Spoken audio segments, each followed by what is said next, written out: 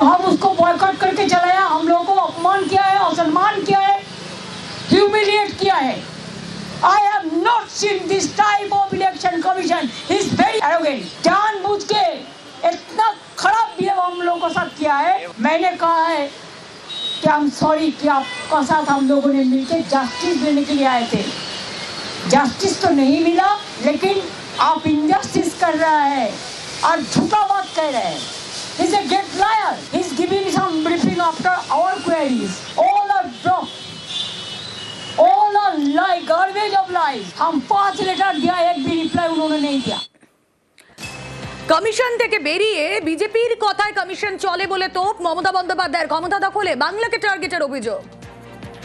आप क्यों 8100 micro observer only Bengal में किया, बंगाल को टारगेट करने के लिए? आप क्यों त्रिपुरा से बीजेपी माइंडेड ऑफिसर को लेके इलेक्शन कमीशन में ऑफिस के बैठता है और सबको नाम करता है? बीएलओ का कोई पावर नहीं है, डीओ को नहीं है, डीएम का नहीं है, ईआरओ को नहीं है, एईआरओ का नहीं है।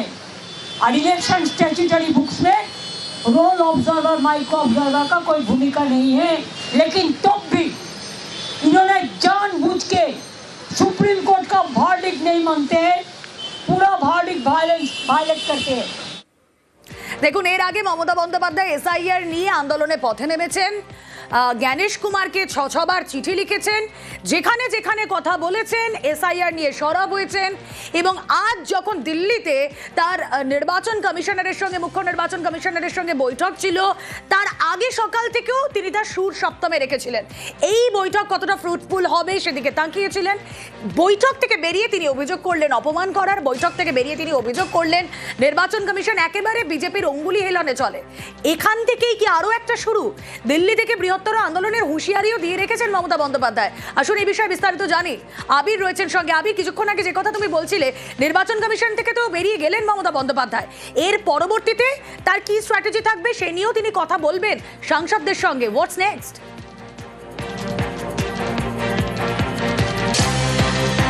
রুবেলা, 3টে বিষয় এই যে এতক্ষণ ধরে তিনি যে বৈঠক করলেন, তারপর যে সাদা সাংবাদিক সম্মেলন এবং এই মুহূর্তে তিনি 181 সাউথ অ্যাভিনিউর দিকে রওনা হয়ে গিয়েছেন, সেখানে 3টে বিষয় প্রথম গুরুত্বপূর্ণ ছিল। এক, তিনি যেটা উল্লেখ করেছেন যে 6 মাস ধরে কমিশনের তরফ থেকে সরকারকে কোনো কাজ করতে দেওয়া হচ্ছে না, কার্যত হাইজ্যাক করে রেখে দেওয়া হয়েছে।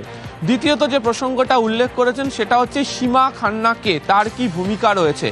এবং এর আগেও সীমা খান্নার নাম নিয়ে তৃণমূল কংগ্রেসের তরফ থেকে বলা হয়েছিল। গত 31শে ডিসেম্বর অভিষেক বন্দ্যোপাধ্যায় যখন কমিশনে গিয়েছিলেন তখন এই প্রশ্নের কথা উল্লেখ করেছিলেন। এবং তৃতীয়ত, আজকে বৈঠকের মধ্যে বারবার তৃণমূলের তরফ থেকে প্রসঙ্গকে তোলা হয়েছে যে অমর্ত্য সেনেদের মতো যারা বিশিষ্ট ব্যক্তি রয়েছেন তাদেরকেও তো ডেকে পাঠানো হয়েছে, শুনানিতে যারা সাংসদদেরকে ডেকে পাঠানো হয়েছে, সুপ্রিম কোর্টের নির্দেশ মানা হচ্ছে না।